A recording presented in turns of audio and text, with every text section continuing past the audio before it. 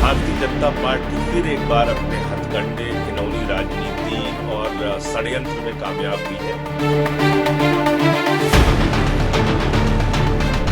नमस्कार, मैं नियाज खान और आप देख रहे हैं न्यूज एक्सप्रेस। आम आदमी पार्टी से इस्तीफा देने के बाद अब कैलाश गहलोत ने बीजेपी ज्वाइन कर लिया है।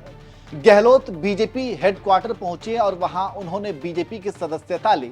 वहीं गहलोत के बीजेपी ज्वाइन करने के बाद अब दिल्ली की राजनीति गर्मा गई है और एक बार फिर से बीजेपी के पार्टी तोड़ने की हवा को बल मिला है। कैलाश गहलोत के बीजेपी ज्वाइन करने के बाद क्या कुछ कहा जा रहा है, वही हम आपको इस वीडियो में बताने वाले हैं।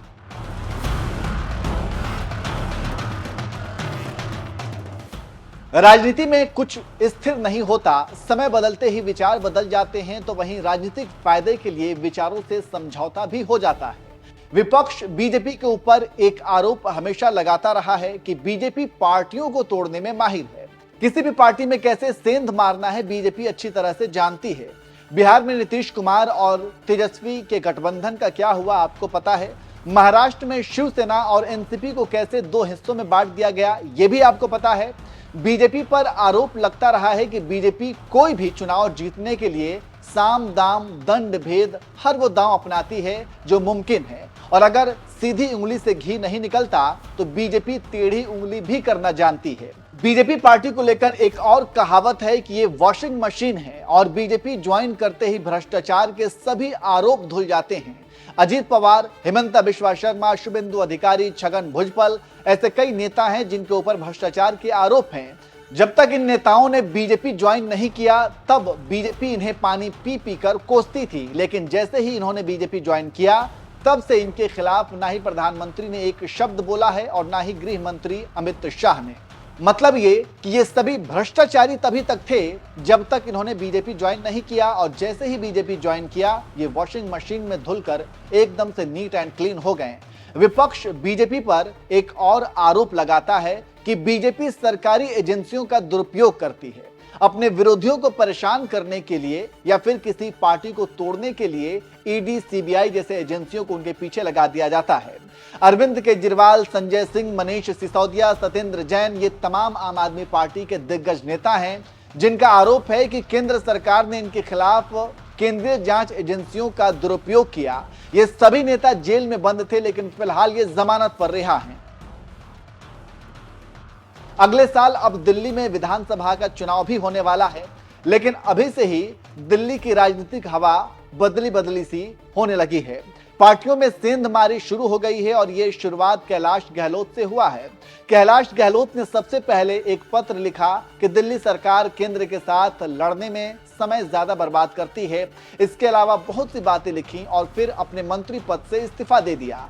उनके इस्तीफे के बाद ही ये कहा जाने लगा कि अब कैलाश गहलोत बीजेपी ज्वाइन करेंगे। हुआ भी ऐसा ही। अब सवाल यह है कि कैलाश गहलोत को जब इतनी सारी कमियां दिल्ली सरकार में दिख रही थी तो गहलोत ने पहले ही इस्तीफा क्यों नहीं दे दिया। बिल्कुल चुनाव के करीब ही गहलोत को इस्तीफे की याद क्यों आई। जिन कमियों को गहलोत ने पत्र में गिनवाया, क्या ये कमियां पहले नहीं दिख रही थीं? अगर दिखी थी तो गहलोत ने उसे दूर करने के लिए क्या किया? ये तमाम सवाल हैं जो गहलोत के इस्तीफे के बाद खड़े होते हैं, और खासकर जो उन्होंने अपने इस्तीफे को लेकर अपना तर्क दिया है वो बड़ा ही कमाल का है। खैर, कहा तो यह भी जा रहा है कि गहलोत के पीछे ईडी, सीबीआई पड़ी थी। बीजेपी ने उनके पीछे जांच एजेंसियों को छोड़ रखा था और आखिरकार कैलाश गहलोत को आम आदमी पार्टी छोड़नी पड़ी। अब जब पार्टी छोड़नी है तो कुछ तो कारण बताना पड़ेगा। बस इसलिए गहलोत ने एक लंबा पत्र लिख डाला और इस्तीफा देने के एक दिन बाद ही बीजेपी ज्वाइन भी कर लिया। खैर, वीडियो के आखिर में गहलोत के इस्तीफे के बाद आप सांसद संजय सिंह ने किस तरह से बीजेपी को घेरा था वो आप सुनिए और सुनकर अपनी राय जरूर दीजिए। आज भारतीय जनता पार्टी फिर एक बार अपने हथकंडे, घिनौनी राजनीति और षड्यंत्र में कामयाब हुई है। कैलाश गहलोत के ऊपर लगातार भारतीय जनता पार्टी के द्वारा दबाव बनाया जा रहा था।